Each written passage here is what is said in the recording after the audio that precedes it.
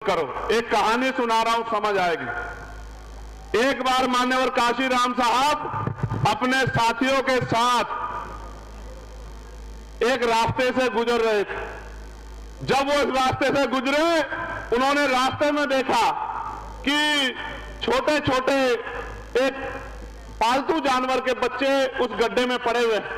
वो जोर जोर से रो रहे थे।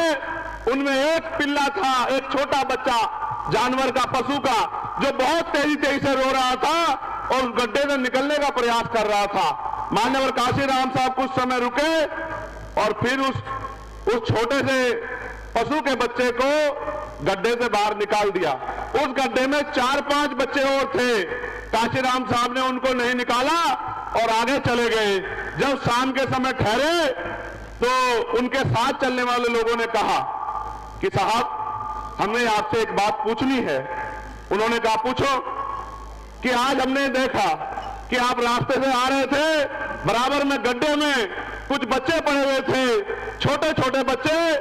आपने उनमें से एक बच्चे को निकाला, बाकी को वहीं छोड़ दिया। आपने ऐसा क्यों किया और बच्चों को क्यों नहीं निकाला? गौर करना। साहब ने कहा कि उनमें से एक बच्चा उसमें घुटन महसूस कर रहा था, वो उस जिंदगी से निकलना चाहता था, उसने प्रयास किया, मैंने उसकी आवाज सुनी, इसलिए मैंने उसको बाहर निकाल दिया।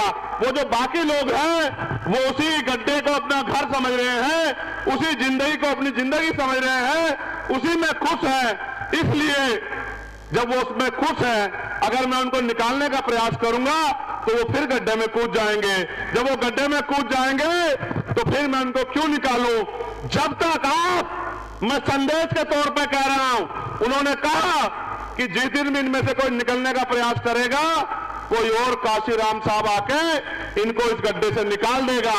आज मैं आपको कह रहा हूं, अगर आप इस देश में स्वाभिमान सम्मान का जीवन चाहते हैं, हक अधिकार चाहते हैं, तो फिर गड्ढे से निकलने के लिए, गरीबी बेबसी खत्म करने के लिए, फिर आप इस चंद्रशेखर आजाद